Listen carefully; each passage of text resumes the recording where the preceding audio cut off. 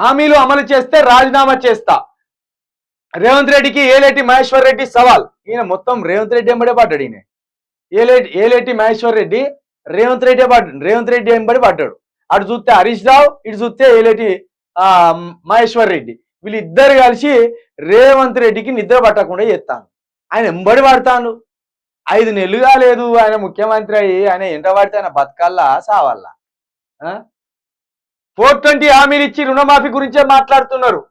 119 హామీలు ఎవరు అమలు చేస్తారు? టీడీపీ నుంచి వచ్చి బాలయ్యల డైలాగులు కొడుతున్నాడు. బాలయ్యల డైలాగులు కొడతానంటాను.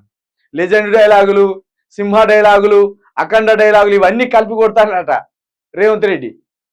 మరి అవి అక్కడున్నోడే కదా, ఆ సంస్కృతే కదా, ఆ సాంప్రదాయమే కదా. చంద్రబాబు నాయుడు శిశరికంలో పెరిగిండు.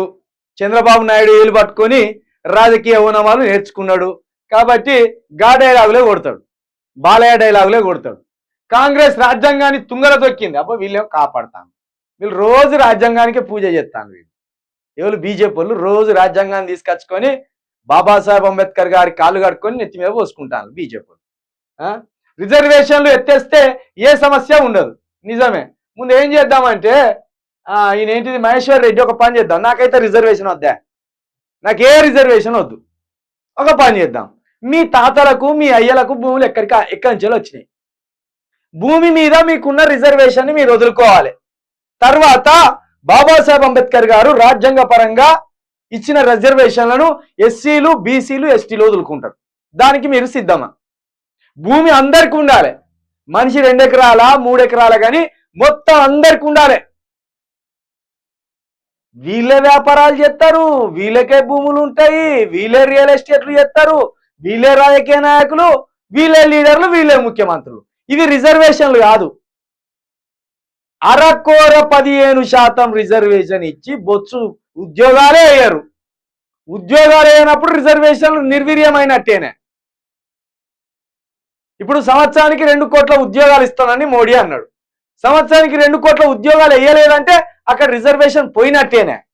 ఏ రకంగా రిజర్వేషన్ అమలు అవుతుంది చెప్పుర్రి. నిజంగా రిజర్వేషన్లు ఎత్తేయాలి.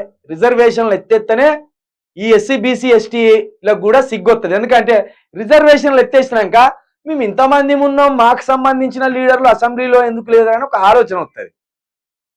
రిజర్వేషన్లు ఎత్తేసినాక బీసీలకు కూడా మా పద్మశాలులు ఇంతమంది ఉన్నారు, ముదిరాజులు ఇంతమంది ఉన్నారు, వీళ్ళు ఇంతమంది ఉన్నారు, వాళ్ళు ఇంతమంది ఉన్నారు, మాకు ఎందుకు రాలే అసెంబ్లీ సీట్లు అని వాళ్ళకు ఆలోచన వస్తుంది. నిజమే, ఎత్తేయాలి. ఎత్తేసినాక మహేశ్వర్ రెడ్డి లాంటి వాళ్ళ భరతం పట్టాలి.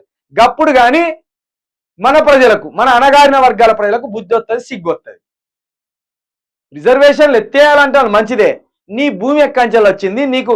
ఇప్పుడు ఈయనకు ఉంటుంది 100 ఎకరాలు 200 ఎకరాలు ఉంటుంది. ఒక మనిషికి 200 ఎకరాలు ఉండొచ్చా? ఆ 200 ఎకరాలు ఎక్కంచెలు వచ్చింది. మీ తాతకు దేవుడు ఏమైనా రాసిచ్చిండా? మీ ముత్తాతలకు దేవుడు ఏమైనా రాసిచ్చిందా? అక్రమంగా సంపాదించిన ఆస్తులు కాదా? దాన్ని రిజర్వేషన్ అన్నారా? ఖచ్చితంగా రిజర్వేషన్లే అవి.